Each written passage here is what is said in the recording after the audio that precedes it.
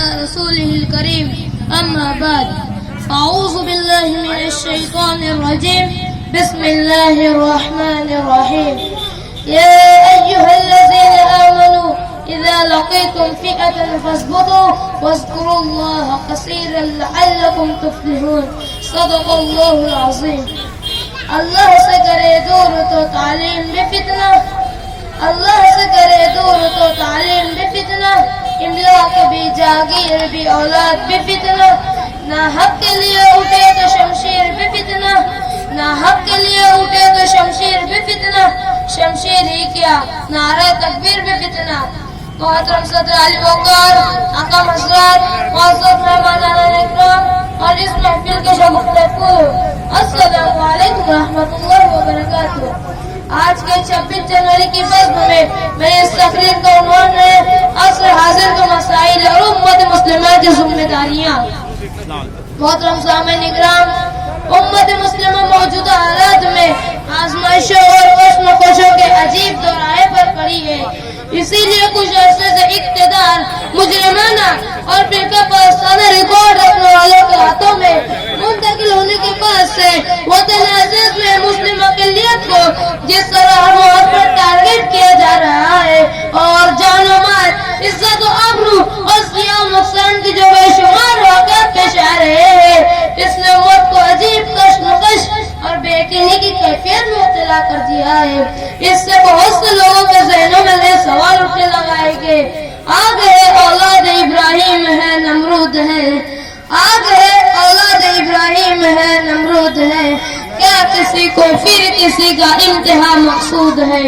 محترم حضرات، اس سے بھی زیادہ المناک صورتحال صوبہ جنت کی شاہ کے مظلوم اور بے سہارا مسلمانوں کی ہے کہ جن کے پر ظلم ڈالنے والوں کی بربریت و عاشقانگی کے واقعات کے لیے الفاظ نہیں ملتے کہ کس طرح مقید کر کے ان کے اوپر جبر و ظلم و سفاکیت کے پہاڑ توڑے جا رہے ہیں. منصف وقت ہے تو اور میں مظلوم مگر، منصف وقت ہے تو اور میں مظلوم مگر، تیرا قانون تو پھر مجھ کو سزا ہی دے گا. کس میں ہمت کہ جو سچ بات کہے نعرہ نہ، کس میں ہمت کہ جو سچ بات کہے نعرہ نہ، کون ہے جو اب میرے حق میں گواہی دے گا.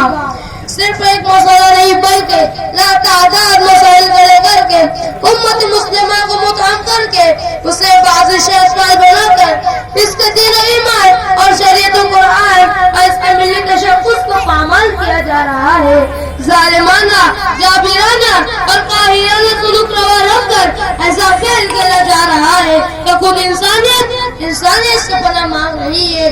کیا ان حالات سے ابھرنے اور ان صورتحال کو تبدیل کرنے کے لیے ملت اسلامیہ کے پاس کوئی راستہ نہیں ہے؟ کہ ان مسائل سے نپٹنے کے لیے اسلام کوئی راہ متعین نہیں کرتا؟ محترم حضرات، ذرا غور کیجیے، عہد نبی کے زمانے میں وہی ظلم و ستم، صفا کی ویاری، پورے سے بربریت کم تھی، لیکن ایک مستحکمیہ جس نے ذات غلامی پر بھروسہ کر کے اس کے آگے سب کچھ سپرد کرنے کا ہنر دیا، وہ واحد علاج تھا ان سب مسائل کا.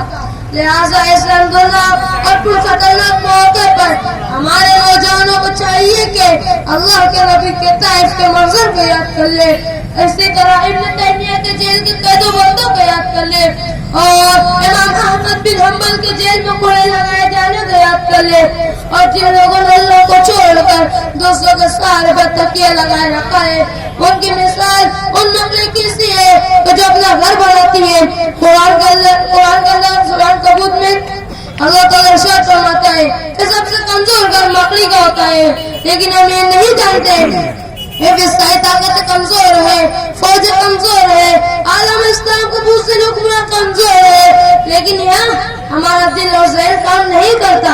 قدرت الہی کا غیب ہماری آنکھوں پر غالب نہیں رہ پاتا، ہمارا یقین متزلزل ہو جاتا ہے، ہمارا ایمان جو گلے کھانے لگتا ہے، کلیجے منہ کو آنے لگتے ہیں. لیکن اگر ہم یہ یاد رکھا جائے تو ہم یہ سمجھتے ہیں کہ حالات نہیں بدلیں گے کیونکہ امریکہ طاقتور ہے.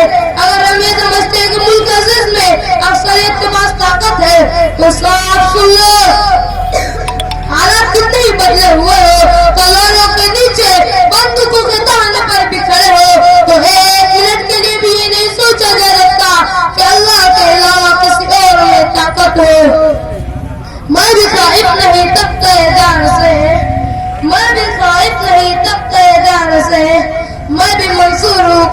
ہتھیار سے؟ کیوں ڈراتے ہو زندہ کی دیوار سے؟ کیوں ڈراتے ہو زندہ کی دیوار سے؟ ظلم کی بات کو، جہل کی رات کو میں نہیں مانتا، میں نہیں جانتا۔ حاضرین محفل، آئیے ایسے ماحول میں ہم سب مل کر ہندوستان کی جمہوریت کی بقا اور اس کے حفاظت کے لیے آگے آئے اور حکومت وقت کے ظالمانہ رویے کے خلاف اس کے متحد ہو جائے اور ان کو گھٹنے ٹیکنے پر مجبور کر دے کہ جب جب ظالم ظلم کرے گا ستر کے ہتھیاروں سے، کہ جب جب ظالم ظلم کرے گا ستر کے ہتھیاروں سے، چپا چپا گونج اٹھے گا انقلاب کے نعروں سے۔ انقلاب زندہ باد۔